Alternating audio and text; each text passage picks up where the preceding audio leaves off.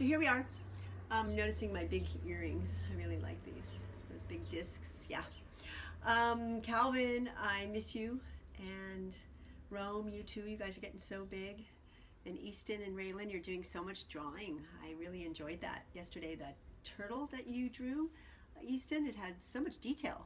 The scoots on the back of the turtle is really awesome. And Raylan, your flamingo, your little pink flamingo. And Neela and Kaya, your tent in the backyard looks so luxurious. It's so amazing, putting all those pillows in there and your comforters. Yeah, I really like that.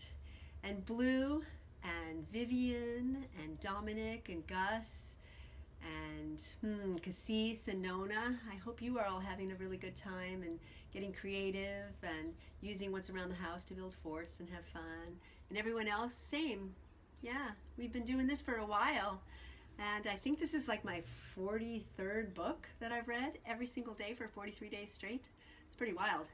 I'm really enjoying it. I'm really happy that you're doing it. It helps me start my day off in a really happy, in a really happy way with all the birds and the sun and yeah, although it was a little cloudy today. The birds are making a nest up in the eaves of my sunroom where I'm recording this. It's really nice to hear them, little family up there. Well, everyone, find a comfortable place to listen, to watch, to experience this reading together.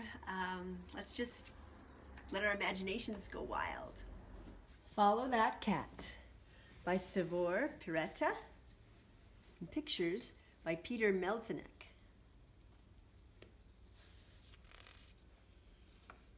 Follow That Cat. This was actually Jesse's book. It's on his 3rd birthday. Follow That Cat by Savor Piretta, pictures by Peter Melzenek. Cassie and Mike were best friends. They did everything together. When Mike went out to visit his Uncle Linus, Cassie went too. That's where Cassie met Pumpkin, Uncle Linus's large striped cat. He had golden eyes and long whiskers. As the children stroked Pumpkin, Uncle Linus told them about his unusual house.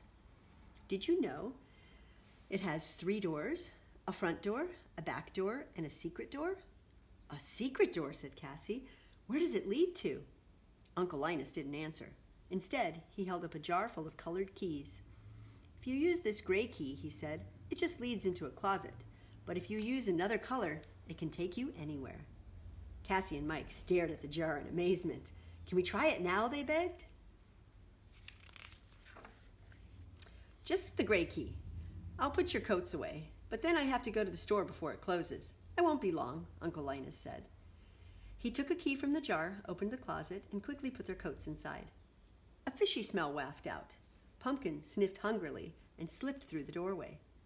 Uncle Linus was in such a hurry that he didn't notice. He closed the door, dropped the key back into the jar, and left.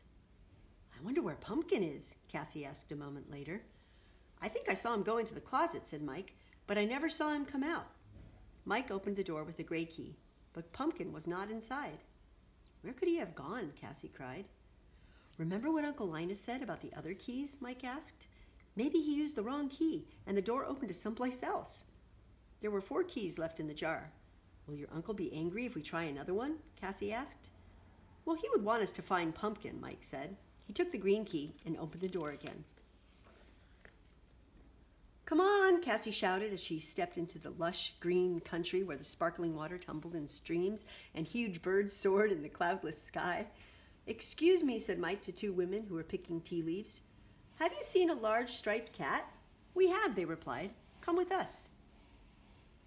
There's a peacock too. Cassie and Mike followed the tea pickers. Look, one of them said. There is your beast. The children looked at the cat laying in the shade. It was huge and striped, but it wasn't Pumpkin. That's a tiger, Mike gasped, feeling scared and excited at the same time. A real live tiger. The children thanked the tea pickers and hurried back to the secret door. That is a striped cat. Someone's cutting grass again.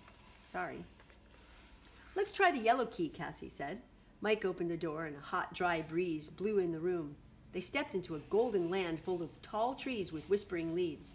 Their skin tingled from the burning sun. Have you seen a cat with golden eyes? Cassie asked them. The 2 men who walked across the dusty plain to greet them. Yes, we have, they said. We'll show you where he is. They got fruit and stuff. That looks like the Maasai. They led the children past rhinos and a herd of giraffes, drinking at the river. There he is, the men said, pointing ahead. That isn't our cat, Cassie gulped, hardly daring to breathe. That's a lion. They raced back to the secret door.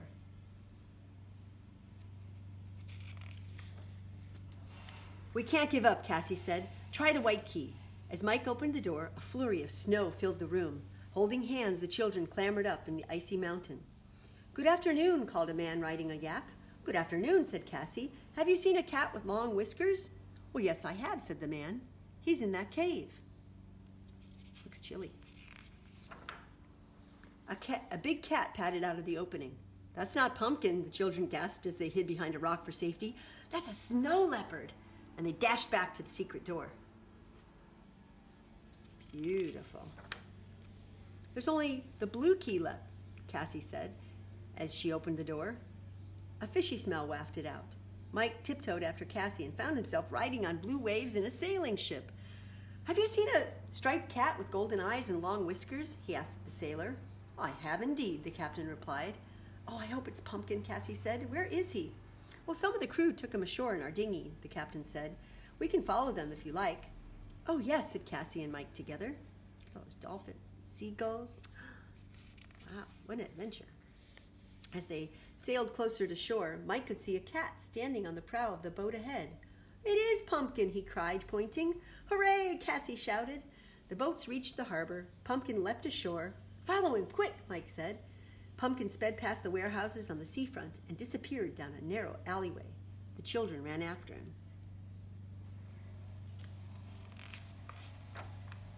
Pumpkin turned a corner. I know this street, Mike said. Pumpkin raced past the stores. I know these stores, Mike cried. Pumpkin turned around another corner. This is our street, Mike said. And that's your Uncle Linus's house, said Cassie, nearly out of breath. The children followed Pumpkin into the house. They found him in the kitchen drinking milk. He finished, licked his striped coat, cleaned his long whiskers. Then he blinked his golden eyes and purred happily. Cassie and Mike told Uncle Linus what had happened. Well, you have had quite an adventure, but you shouldn't have worried about Pumpkin, Uncle Linus said, smiling. Cats always find their way home. Cats always find their own way home. That was fun. Follow that cat. Well, I like that story. You know, we had cats when we were little. I had a cat named Pico. She was a Seal Point Siamese. And then we had Half-Face and Princess and Half-Face. I can't remember the other cat's name. Why is that? Oh, Mew. Half-Face and Mew. Yeah, that's what we had. That was Gus and Jesse's cats. Anyway, I hope you enjoyed that. I sure did. I'm sorry about the noise of the gardeners. They've been cutting grass a lot lately. I'll see you next time. Mwah. Love you.